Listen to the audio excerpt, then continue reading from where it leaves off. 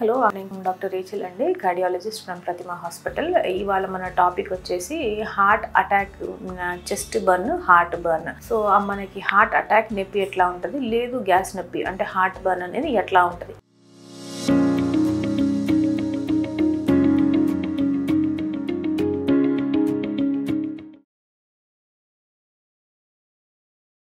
యూజువల్గా మనకి heart pain అనేది యాంజైనా అంటామండి. యూజువల్గా దాన్ని ఏంటంటే క్లాసికల్ డిస్క్రిప్షన్ అంటే సెంటర్ చెస్ట్, అంటే మనకి ఇక్కడ centre part of the chest పట్టేసినట్టు కానీ మంట కానీ అట్లా అనిపించినప్పుడు దాన్ని లివైన్ సైన్ అంటామండి. ఇక్కడ నొప్పిగా అనిపించినప్పుడు మనకి యూజువల్గా అది హార్ట్ ప్రాబ్లం అండి. మనము ఏదో గ్యాస్ నొప్పి కదా అని అట్లా లైట్ తీసుకోకూడదు. మనకి హార్ట్ నొప్పి అనిపించిన వచ్చింది అని అంటే యూజువల్గా దానికి తోడు అసోసియేటెడ్ ఫ్యాక్టర్స్ ఉంటాయి. ఉన్నట్టుండి బాగా చెమటలు పట్టేయడం, డ్రెస్ అంతా తడిచిపోయిన చెమటలు పట్టేయడం, నడిచినప్పుడు ఎక్కువ చల్లటి చెమటలు ఎక్కువ అవ్వటం, ఈ నొప్పి ఎక్కువ అవ్వటం, మళ్ళీ ఉన్నట్టుండి దడ రావటం, కళ్ళు తిరగడం, బాగా ఆయాసం వచ్చేయటము, వాంతి వచ్చినట్టు అవ్వడం, లేదు మోషన్ వచ్చినట్టు అవ్వడం. సో ఇవన్నీ జరుగుతాయండి. యాంజైనా అంటే హార్ట్ అటాక్ కింద వచ్చిందంటే యూజువల్గా ఇవన్నీ సైన్స్ ఉంటాయి. మళ్ళీ రేడియేషన్ అంటాం, అంటే రెండు చేతులకు గొంతుకు కానీ మెడకి కానీ వెనకల వీపు నోకి కానీ నొప్పి రేడియేట్ అవుతుంది, అంటే అక్కడి నుంచి ఇంకొక దగ్గరికి వెళ్తుంది. అప్పుడు మనకి యూజువల్గా ఇది హార్ట్ పెయిన్ అనేది మనం తెలుసుకోవాలి.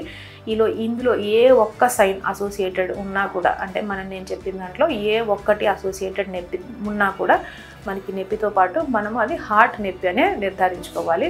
మనం వెంటనే ఈసీజీనా ఇంకోట చేయించుకోవాలి.